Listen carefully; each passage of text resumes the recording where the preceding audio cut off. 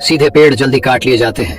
आज की कहानी के माध्यम से आपको कुछ ऐसे तरीके पता चलेंगे जिनसे आप धोखा खाने से खुद को बचा सकते हैं। भावनात्मक रूप से कमजोर आदमी का लोग हमेशा फायदा उठाते रहते हैं।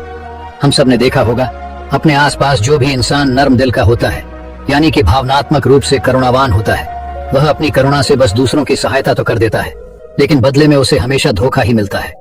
तो क्या एक इंसान को भावनात्मक नहीं होना चाहिए? क्या उसे दूसरों पर भरोसा नहीं करना चाहिए? दूसरों की सहायता नहीं करनी चाहिए? क्या करुणावान और संवेदनशील होना गुनाह है? कोई गलती है? पाया तो यह जाता है कि कोई संवेदनशील आदमी दिल का अच्छा होता है, दूसरों की सहायता करता है, दूसरों का ख्याल रखता है, दूसरों से प्रेम करता है। प्रेम भी तो एक संवेदना ही है, वह भी तो एक भावना का रूप है। तो क्या प्रेम करना भी गलत हो जाता है? और ये तो आप सबको पता होगा कि प्रेम तो आध्यात्मिक साधना का एक बहुत महत्वपूर्ण कदम है। तो किस प्रकार एक इंसान समाज में संवेदनशील, करुणावान और दयालु, यानी कि एक अच्छा आदमी बनकर रह सकता है, ताकि लोग उसका फायदा भी ना उठा पाए और वह अपने मन की अच्छाई, अपने मन की कोमलता, करुणा सब कुछ बरकरार भी रख सके। एक बार एक युवा लड़का जंगल के पेड़ों पर मुक्के मार रहा था। वह बड़े जोर जोर से मुक्के मार रहा था। वह अपने मन का गुस्सा निकालने की कोशिश कर रहा था। शायद उसको किसी ने धोखा दिया था या फिर उसके साथ बहुत बुरा हुआ था, जिससे वह बहुत ज्यादा परेशान था।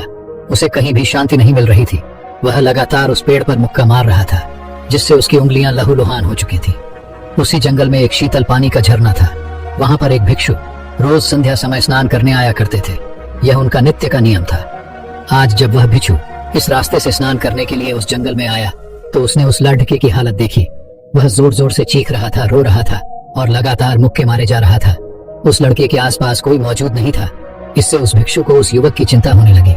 उसने सोचा कि कहीं मैं इसे ऐसे ही छोड़ दूं और कहीं ये आत्महत्या कर ले। तो ऐसे विचार आने के बाद भी वह कुछ नहीं बोला और लगातार उस युवक की तरफ देखे जा रहा था। भिक्षु एकदम चुपचाप खड़ा हुआ था। उसने युवक से कुछ नहीं बोला, कुछ नहीं कहा, बस वह उसको लगातार देखता रहा।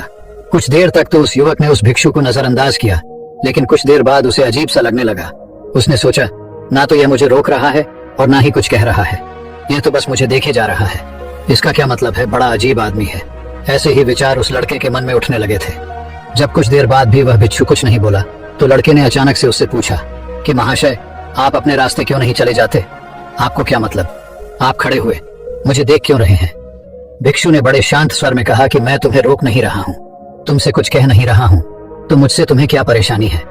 मेरे ही तरह है ये पेड़ पौधे, ये पक्षी, ये सब तुम्हें तो देख ही रहे हैं। जब इनसे तुम्हें कोई परेशानी नहीं है तो मुझसे क्यों परेशानी है? ये सुनकर लड़का जोर से चीख कर बोला, मुझे सबसे परेशानी है, मैं सबसे नफरत करता हूँ। यहाँ पर सब धोखेबाज, गद्दार होते हैं, कोई किसी का नहीं होता इस दुनिया में। और इस तरह बोलते बोलते वह फूट फूट कर रोने लगा और रोए जा रहा था और भिक्षु उसे देखे जा रहा था। वो उसे चुप करने की कोशिश भी नहीं कर रहा था। ये बात तो उस लड़के को और ज्यादा अजीब लगी।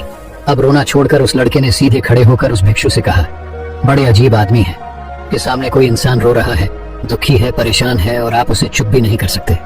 आपके मन में बिल्कुल भी संवेदना नहीं है। बड़े अजीब और कठोर हृदय वाले साधु हैं। आपको अपने साधु होने पर खेद होना चाहिए और ऐसे ही ना जाने क्या क्या जली कटी बातें। वो युवक उस भिक्षु को सुनाने लगा। कुछ देर बाद जब युवक की सारी भड़ास निकल चुकी थी, तब भिक्षु ने बड़े ही शांत स्वर में कहा कि आज मैं तुम्हें कंधा दे सकता हूँ, तुम्हारे आंसू पोंछ सकता हूँ, लेकिन इससे तुम्हारी समस्या का समाधान नहीं होगा। कुछ देर के लिए तुम्हारा मन बहल जाएगा, बस उसके बाद वही जिंदगी, वही लोग जो तुम्हें आज कंधा देने के लिए भी तुम्हारे पास नहीं है। फिर से तुम उसी जिंदगी में लौट जाओगे। कोई तुम्हें धोखा देगा, कोई तुम्हारा फायदा उठाएगा और तुम अपने मन को ऐसे ही तकलीफ पहुंचाते रहोगे। तो आंसू पोंछने की बजाय तुम्हें मुझसे कुछ ज्ञान की बातें लेना चाहिए, जिससे तुम्हें जीवन में कोई भी धोखा ना दे सके, तुम्हारी अच्छाई का कोई भी फायदा ना उठा सके। याद रखना, आंसू पोंछने वाले तो तुम्हें बहुत मिल जाएंगे, लेकिन ज्ञान और सही समझ देने वाला कभी कभी कोई इंसान मिलता है। भिक्षु ने उसे बताया कि मैं पास ही के झरने में स्नान करने के लिए जा रहा हूँ। बड़ा ही शीतल पानी है वहाँ का। अगर तुम चाहो तो तुम भी मेरे साथ चल सकते हो। यहाँ पर अकेले परेशान होने से अच्छा है कि तुम झरने की शीतल पानी में स्नान करो, जिससे तुम्हारा दिमाग, मन, मस्तिष्क और तुम्हारा शरीर सब कुछ पवित्र हो जाएगा। यह सुनकर वो लड़का उस भिक्षु के पीछे पीछे चलने लगा। जंगल के बीचों बीच रास्ता झरने की तरफ जाता था। जंगल में सन्नाटा छाया हुआ था। उनके पैरों तले सूखे पत्तों की चरमराने की आवाज पूरे जंगल में गूंज रही थी। आज पूर्णिमा की रात थी और आसमान में चांद अपनी उजली रोशनी उस जंगल में फेंक रहा था। उस रोशनी में दोनों उस झरने की तरफ बढ़ते चले जा रहे थे। रास्ते में चलते चलते उस युवक ने उस भिक्षु से कहा कि महात्मन, आपकी जिंदगी मस्त है, आपको किसी चीज की कोई परेशानी नहीं है। आपको पता है कि दुनिया में कैसे कैसे लोग बसते हैं। कितने धोखेबाज, कितने मक्कार, और सबसे बड़ी बात, अपने लोग ही धोखा देते हैं जिनसे हम प्रेम करते हैं, जिनको हम अपना मानते हैं। जब उन्हीं से धोखा मिलता है तो कैसा महसूस होता है। कभी कभी तो ऐसे लगता है कि भोले और दयालु लोगों के लिए यह दुनिया नहीं बनी है, ये धोखेबाजों के लिए है, मक्कारों के लिए है। वही यहाँ पर फलते फूलते हैं, वही आनंद से जीते हैं।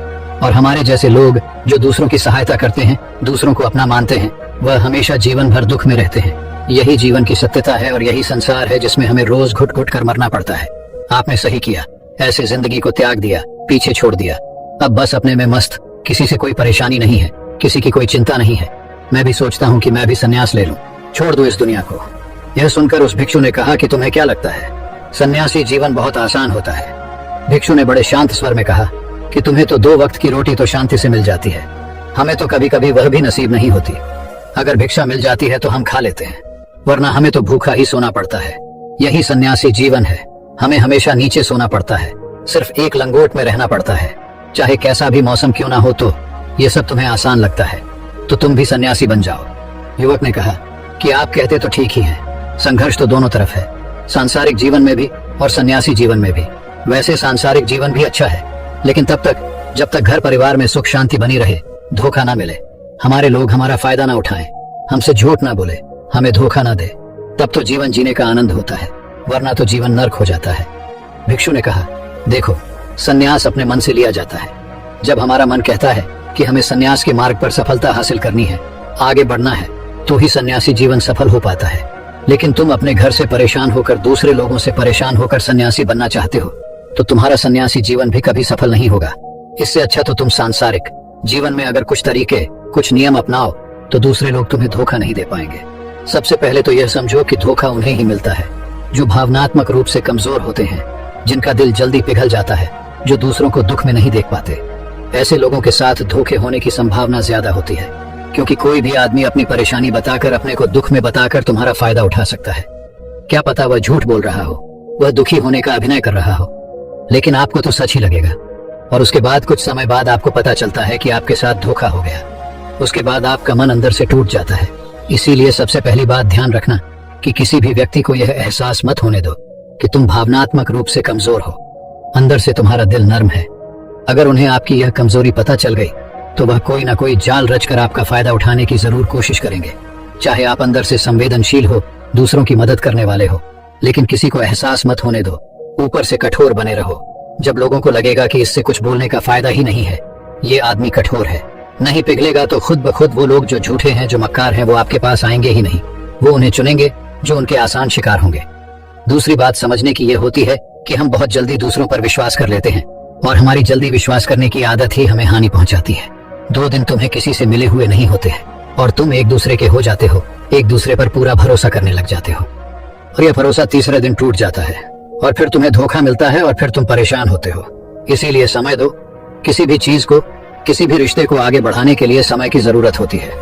समय के साथ तुम्हें सामने वाले इंसान की अच्छाई और बुराई पता चलती है। तब तुम्हें पूर्ण रूप से पता चलता है कि इंसान वास्तव में कैसा है, अच्छा है या बुरा है, और वह कुछ समय देने के बाद ही होता है। इसीलिए जल्दी किसी पर विश्वास मत करो। अगली पहचान या अगला तरीका समझने के लिए तुम्हें ऐसे लोगों को समझना होगा जो दूसरों की चापलूसी करते रहते हैं। कुछ लोगों की आदत होती है चापलूसी करने की। आपके सामने आपकी बड़ाई करेंगे, आपके बारे में अच्छा अच्छा बोलेंगे, और आपको लगेगा कि यह इंसान कितने अच्छे हैं, मेरे से कितना प्यार करते हैं। लेकिन वास्तव में उनकी वह चापलूसी एक जाल होती है, ताकि वह आपका दिल जीत सके। और उनको चापलूसी करने का मौका तभी मिलता है जब आप दिखावा करते हैं। अगर आप उनकी चापलूसी से प्रभावित ही नहीं होंगे तो कुछ समय बाद वो चापलूसी करना बंद कर देंगे। इसीलिए किसी के सामने दिखावा मत करो, वरना आप तो आकर्षण के केंद्र बन जाते हो। लोगों को लगता है कि शायद इसके पास बहुत ज्यादा धन संपदा है, इसीलिए इतना दिखावा कर रहा है। और इसी वजह से जो लोग आपका फायदा उठाना चाहेंगे वो आपके करीब आने की कोशिश करेंगे, आपकी चापलूसी करने की कोशिश करेंगे। अगला नियम बताते हुए भिक्षु ने झरने की तरफ इशारा किया। वो झरने के पास पहुंच चुके थे। युवक को भी एहसास हो चुका था, क्योंकि वहां पर ठंडी ठंडी हवा चल रही थी। ढलान की तरफ जाते हुए भिक्षु ने कहा कि सांसारिक जीवन में एक बात समझने की यह होती है कि हम जिसकी सहायता कर रहे हैं, चाहे किसी भी रूप में, धन से, शारीरिक रूप से, या जिस भी अवस्था में हम किसी की सहायता कर रहे हैं, तो हमें यह ख्याल रखना चाहिए कि सामने वाला वापस कभी भविष्य में हमारी सहायता करने योग्य है कि नहीं है।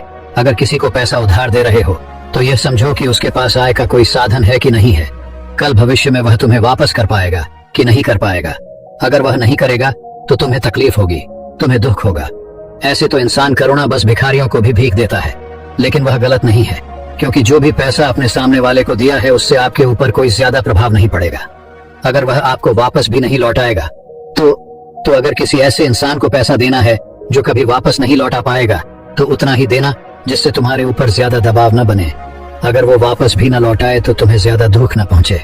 अब तक वो दोनों झरने पर पहुंच चुके थे। दोनों ने अपने कपड़े उतारे और उस झरने के शीतल पानी में कूद पड़े। पानी बहुत ठंडा था। उन दोनों की सारी थकान, सारी उदासी पल भर में ही दूर हो गई। स्नान कर लेने के बाद दोनों एक पेड़ के नीचे उस झरने के सामने बैठकर बातें करने लगे। भिक्षु ने उसे आगे समझाते हुए कहा कि शुरुआत में लोगों को नजरअंदाज करना सीखो। जब तुम किसी को शुरुआत में नजरअंदाज करते हो तो जो भी लोग किसी लालच की वजह से तुम्हारे पास प्रभावित हो रहे थे उनकी छटनी हो जाएगी। जब तुम उनको नजरअंदाज करोगे तब को 1-2 बार लोग तुम्हारे पास आने की कोशिश करेंगे, उसके बाद वो तुमसे दूरियां बना लेंगे। और जो आदमी तुम्हारी इंसानियत, तुम्हारी अच्छाई देखकर तुम्हारे पास आएगा, वो नजरअंदाज करने के बावजूद भी तुम्हारे करीब ही बना रहेगा। और यही तो एक सच्चे इंसान की पहचान होती है।